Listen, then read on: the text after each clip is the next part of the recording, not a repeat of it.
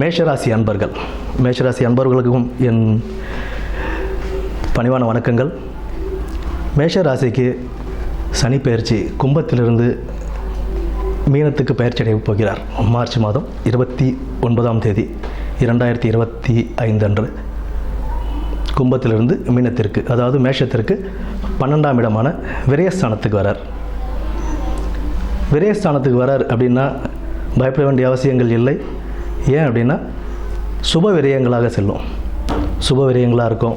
நல்ல தொழிலில் முன்னேற்றம் கொடுப்பார். தொழில் முன்னேற்றங்கள் இருக்கும். தொழில் முன்னேற்றம் இருந்தாலும் கொஞ்சம் கூடுதல் கடின உழைப்பும் கொஞ்சம் பொறுமையும் அவசியம். வேலை செய்கிற இடத்துல அதிக கோபங்கள் படக்கூடாது. கொஞ்சம் பொறுமையாக இருந்து நிலையான ஒரு வாழ்க்கையை ஏற்படுத்திக்கலாம். நல்ல உழைப்புக்கான நேரம் இது. நல்ல கடின உழைப்பு. நம்ம எந்த அளவுக்கு நேர்மையாக உழைக்கிறோமோ அந்த அளவுக்கு உண்டான பலன்கள் நமக்கு அவர் கொடுப்பார். சனி பகவான் பொறுத்த வரைக்கும் அவர் தர்ம கர்மாதிபதி.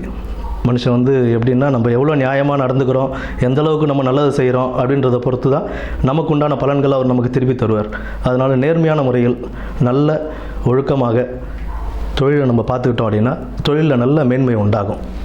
அடுத்தது பார்த்தோம்னா உடல் ஆரோக்கியம் கொஞ்சம் கவனம் இருக்கணும். ஏன்னா கரெக்டான நேரத்துக்கு சாப்பிட்றது, அப்புறம் அளவான சாப்பாடு சாப்பிட்றது, அதாவது அன்டைமில் போயிட்டு அதிகமாக சாப்பிட்டு அந்த மாதிரி இது இருக்கும்போது நமக்கு உடல் உபாதைகள் கொஞ்சம் கொடுக்கும்.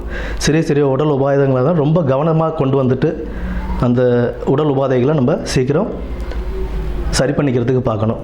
அது ரொம்ப பெருசுப்படுத்திக்கவே கூடாது. மற்றபடி வேறு எந்த பிரச்சனைகளும் இல்லை. அடுத்து கல்வியில் இருக்கிறவங்களுக்கு கொஞ்சம் கடின உழைப்பு தேவைப்படும். நல்லபடியாக உட்காந்து படித்தாங்க அப்படின்னா நல்ல லெவலுக்கே வரலாம். அதுவும் மெயினாக அடிப்படை கல்வியில் இருக்கிறவங்களுக்கு நல்ல உழைப்பு தேவை. கடினமாக உட்காந்து படித்தாங்க அப்படின்னா டைம் ஸ்பெண்ட் பண்ணி நல்லா படிக்கணும். நானும் படிக்கிறேன்னு உட்காந்து படிக்காமல் டைம் ஸ்பெண்ட் பண்ணி நல்லா படித்தோம்னா அதுக்கு உண்டான பலன் நமக்கு கண்டிப்பாக கிடைக்கும்.